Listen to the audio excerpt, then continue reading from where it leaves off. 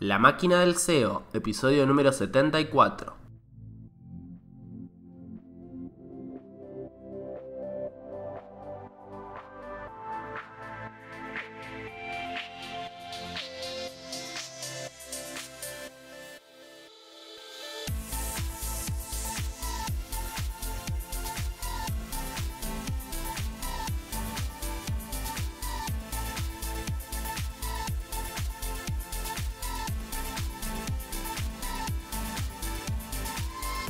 Hola a todos y a todas, bienvenidos, bienvenidas al episodio 74 de La Máquina del SEO. Mi nombre es Andrés Closter de andrescloster.com, @andrescloster en Twitter, @andresclosterseo en Instagram. Y en este 74º episodio vamos a hablar de micronichos.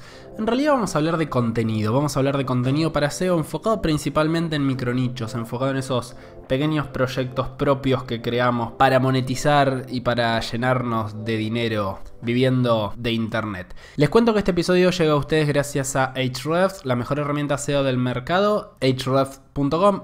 Ahrefs, le dicen algunos, Ahrefs, como la etiqueta HTML de un enlace. Van, se fijan por qué la competencia lo supera en Google y hacen lo que sea necesario para superarlo. La herramienta SEO All-in-One que toda agencia, todo freelance, todo micronicher necesita sí o sí utilizar para su día a día. No sé si necesita sí o sí, pero realmente va a ser la diferencia si lo utiliza. Este episodio lo encuentran en andrescloster.com/episodio-74. Ya 74 episodios son un montón. Donde encuentran también los otros 73 episodios, los 73 episodios previos. Y bueno, también en todas las plataformas, Spotify, iTunes, iVoox, también en YouTube, en todas las plataformas de podcasting, donde los invito a dejar sus pulgares arriba, sus 5 estrellitas, sus comentarios positivos. También a compartirlo, por supuesto, en todas las redes sociales, en Twitter, en LinkedIn, en Facebook, si usan Facebook todavía, en todos lados. Por favor, compartan este episodio, así llega a la mayor cantidad de gente posible. ¿De qué vamos a hablar hoy? Vamos a hablar, como les dije, de contenidos. El título de este episodio es cómo generar contenidos para micronichos, cómo generar contenidos para SEO. No recuerdo bien cuál es el título final de este episodio, pero vamos a estar hablando de eso. Les cuento que hace muy poquito, el 27 de abril del 2019, organizamos la segunda edición del SEO Camp aquí en Buenos Aires. Un evento SEO, la verdad que salió extremadamente bien. Nos quedó chico el lugar, se llenó de gente y la verdad que hubo 4 charlas, hubo 3 grandes charlas, la cuarta fue la mía, no la autocalificaré. Pero yo hablé de micronichos, hablé de ganar dinero con proyectos propios, y al ser una temática tan abarcativa y al tratar de repasar todo, obviamente tuve que sacrificar profundidad en aras de hablar de muchas cosas. Y al sacrificar profundidad muchos temas solamente los pasé por arriba. Uno de esos temas es el contenido. Hablé de algunas opciones que hay para generar contenido de forma manual o de forma humana, vamos a decirle, o de forma automática. Pero claramente no pude profundizar, no pude mostrar ejemplos porque tenía 45 minutos para hablar o 30. Y es un tema que da para muchos episodios de podcast o para muchas charlas. La idea es alguno de esas cositas que luego se acercaron a decirme si tenía más ejemplos o si podía hablar más de eso, o que también surgieron preguntas luego. La idea es sobre eso hacer algún episodio como este que estoy grabando ahora para poder explayarme. Cuando hablamos de contenido estamos hablando, por supuesto, siempre de contenido escrito, dado que los micronichos son de temática, son informativos. No apuntan a keywords transaccionales por lo general y no apuntan, digamos, a generar experiencias de usuario donde, no sé, los usuarios interactúen, tengan una aplicación, puedan ni comprar cosas, ni, no sé, jugar. Básicamente es leer información, para lo cual buscaron en Google, y si esa información más o menos lo satisface, no van a seguir buscando eso, va a obtener una buena experiencia de usuario y felizmente un porcentaje lo más alto posible, pero entre el 5 y el 10% hará clic en una publicidad y nosotros ganaremos dinero como webmaster por eso. Entonces siempre voy a estar hablando de generar contenido escrito y de generar contenido de índole informativo. Básicamente lo primero que surge a la hora de hacer contenido son ciertas restricciones, porque el contenido cuesta dinero o tiempo.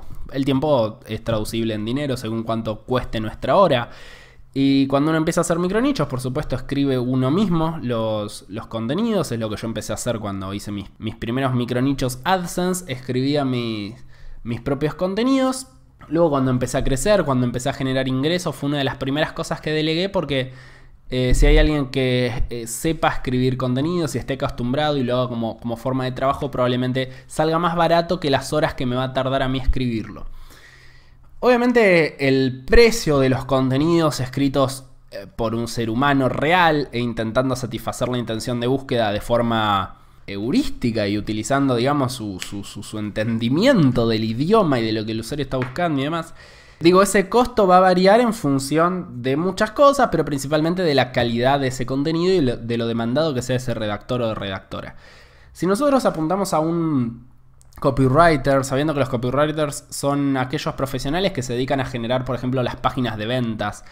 En un micronicho nosotros no necesitamos el nivel de calidad de contenido o el nivel de orientación a la conversión, el nivel de convencimiento que genera una landing de ventas de un curso o una landing de ventas de un producto específico. Ahí sí es importante porque cada centésima de conversión que se genere gracias a la intriga que haga el texto o lo que sea, puede ser mucho dinero, pueden ser muchos miles de dólares a lo largo de los meses.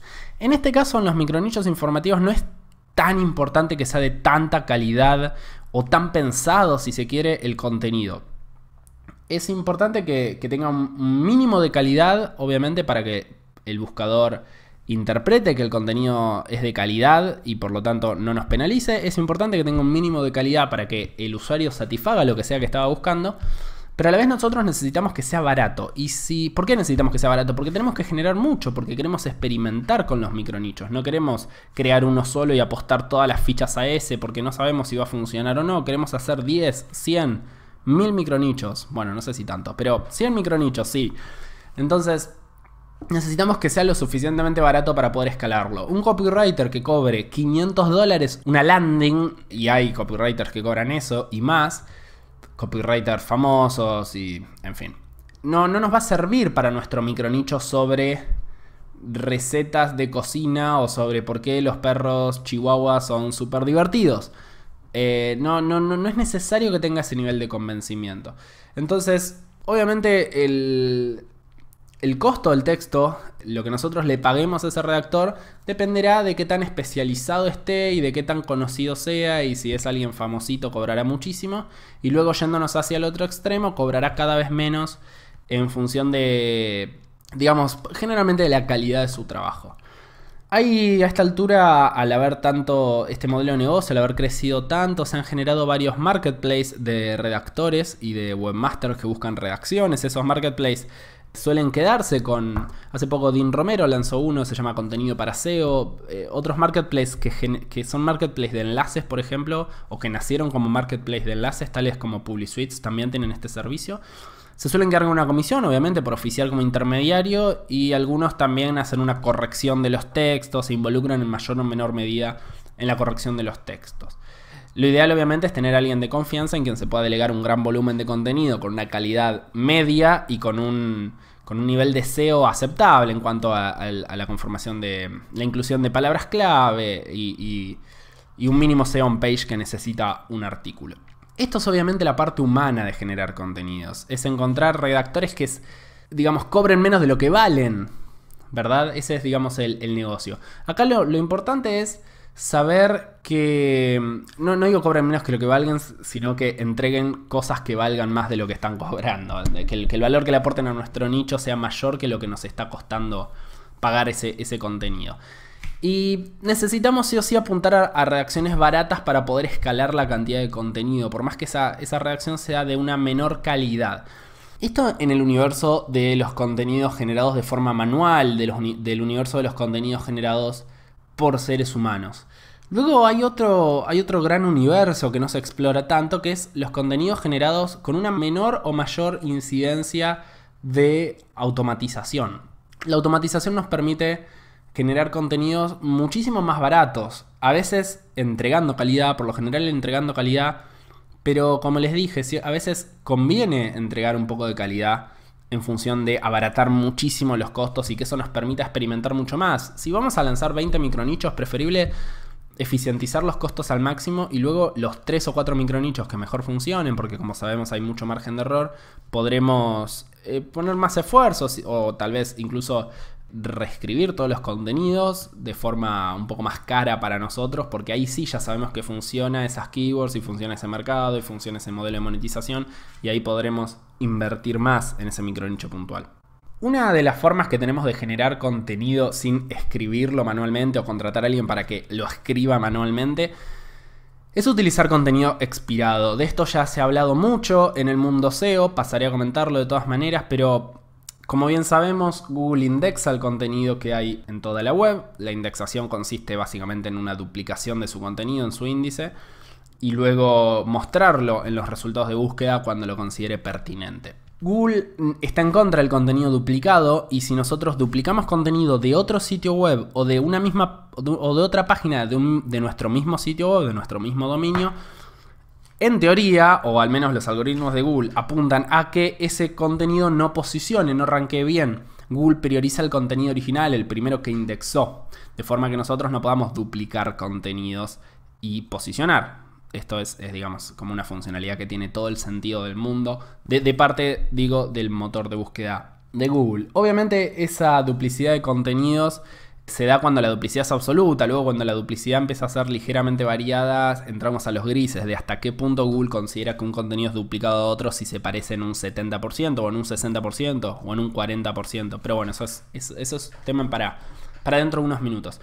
Pero digo, indexa el contenido, lo suma a su índice, que es la definición de indexar, y lo muestra en resultados de búsqueda. Si ese sitio deja de existir en algún momento, ya sea porque el webmaster lo cierra, porque por lo que sea la página donde había un contenido empieza a dar un error 404 y ese contenido no se reutiliza, ese contenido no se migra a otro lado, Google eventualmente va a desindexar ese contenido porque estaría enviando tráfico a una página que no existe de otra manera.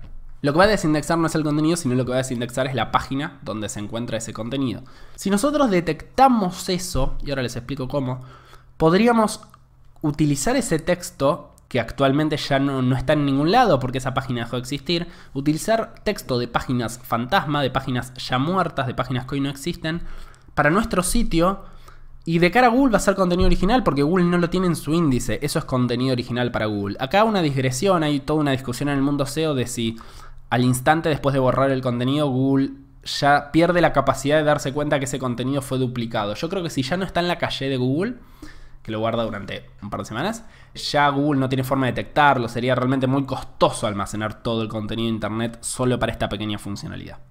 ¿Cómo hacemos para encontrar contenido que alguna vez existió y hoy ya no existe? O ¿cómo hacemos para encontrar páginas que estuvieron online con contenido y que hoy ya no lo están? La mejor manera es utilizar archive.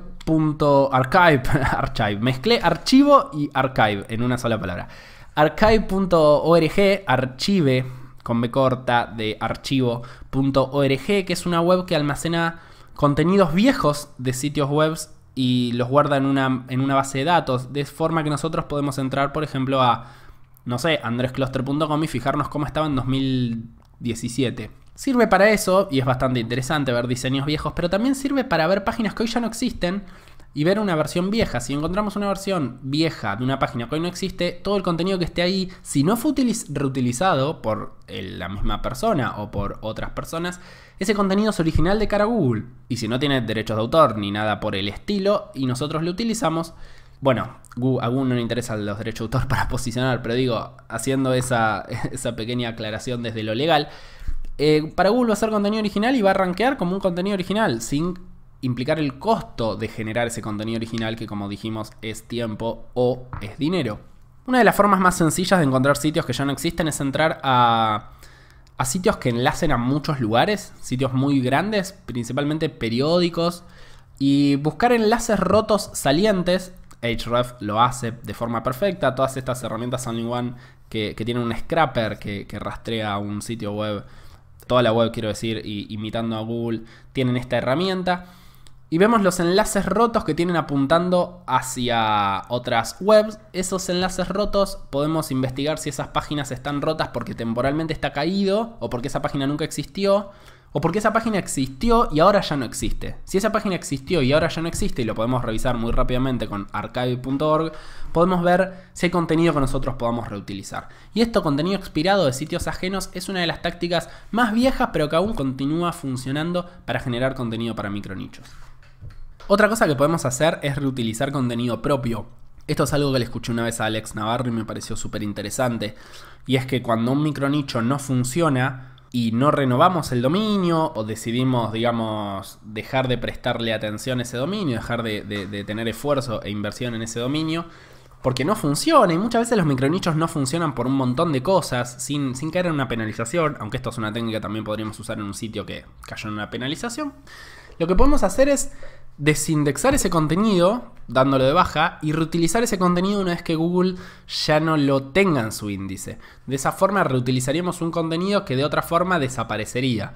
La verdad es que yo a lo largo de muchos años hacía eso, generaba contenido nuevo y luego el contenido desaparecía cuando yo notaba que ese nicho no estaba funcionando, lo cual era bastante idiota porque perdía un montón de contenido que podría haber reutilizado en otros nichos, incluso en intentar la misma keyword, de la misma forma, con la misma arquitectura, pero probándolo en otro dominio o en un dominio expirado. Podría, la verdad, haber hecho experimentos bastante más interesantes si se me hubiese ocurrido esta idea, que la verdad es bastante básica, pero bueno, a veces no se ocurren las ideas, por más que sean básicas. Así que contenido expirado es una de las formas más baratas de conseguir contenido de forma, digamos, automatizable.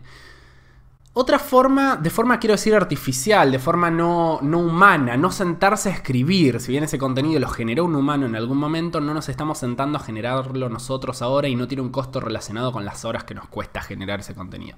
Similar a esto, es contenido que nunca se indexó, ya sea porque está bloqueado por robots, porque está hecho en JavaScript o en Flash también podría ser, y que Google en JavaScript mal implementado y por tanto Google no puede acceder al mismo. O contenido físico, contenido de revistas físicas o de diarios que no se pasan a lo digital. Todo ese contenido es original de cara a Google, por más que no sea técnicamente original. Si somos los primeros en indexar un contenido, somos los propietarios para Google.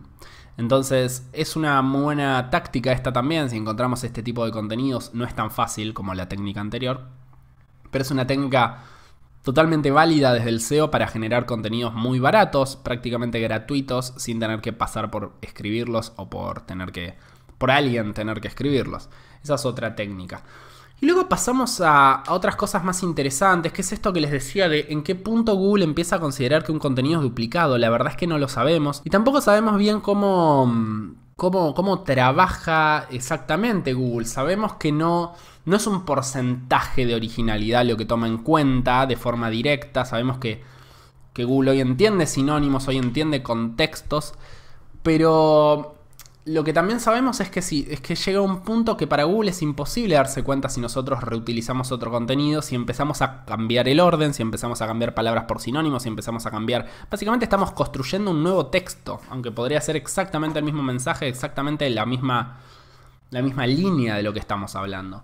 Entonces, una forma de reutilizar un texto que si lo utilizáramos tal cual para Google sería contenido duplicado, pero que pasa a ser original, es, como esto que les decía, invertir, por ejemplo, el orden de los párrafos y utilizar herramientas que se llaman spinners. O sea, en realidad esto se llama contenido espineado, S-P-I-N, que lo que hace es reemplazar básicamente palabras por sinónimos o grupos de palabras por otros grupos de palabras que signifiquen lo mismo. Hay aplicaciones que ya tienen cargados muchos sinónimos y muchos de estos grupos de palabras que reemplazan por otros, donde uno le pone un texto y se genera otro texto que dice exactamente lo mismo, pero de forma ligeramente distinta. Yo he posicionado muchos sitios de esta forma, muchos micronichos experimentales, obviamente no sitios a los cuales le he dado mucho amor, porque este es un contenido que se genera de forma automática sobre otro texto que ya existe, pero Google se lo traga con patatas, como dicen mis amigos españoles. Google no se da cuenta que ese contenido no es original, sobre todo si lo tomamos de varios sitios juntos y lo unimos.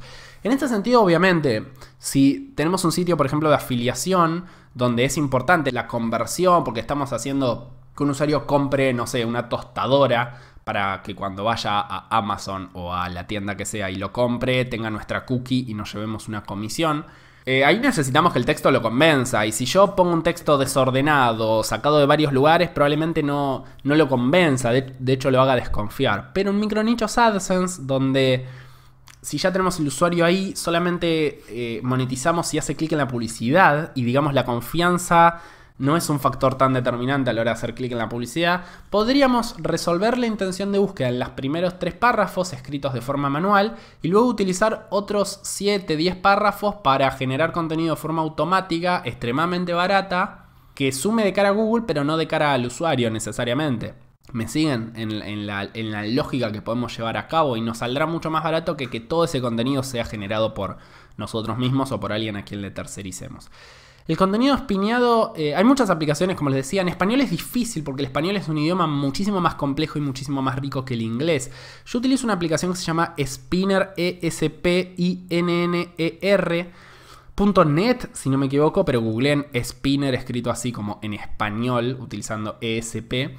Y van a encontrar la aplicación. Hay otras, surgieron otras más. A mí esa la verdad que me funciona muy bien. Le ingresas un texto y te genera estas versiones espineadas de ese mismo texto.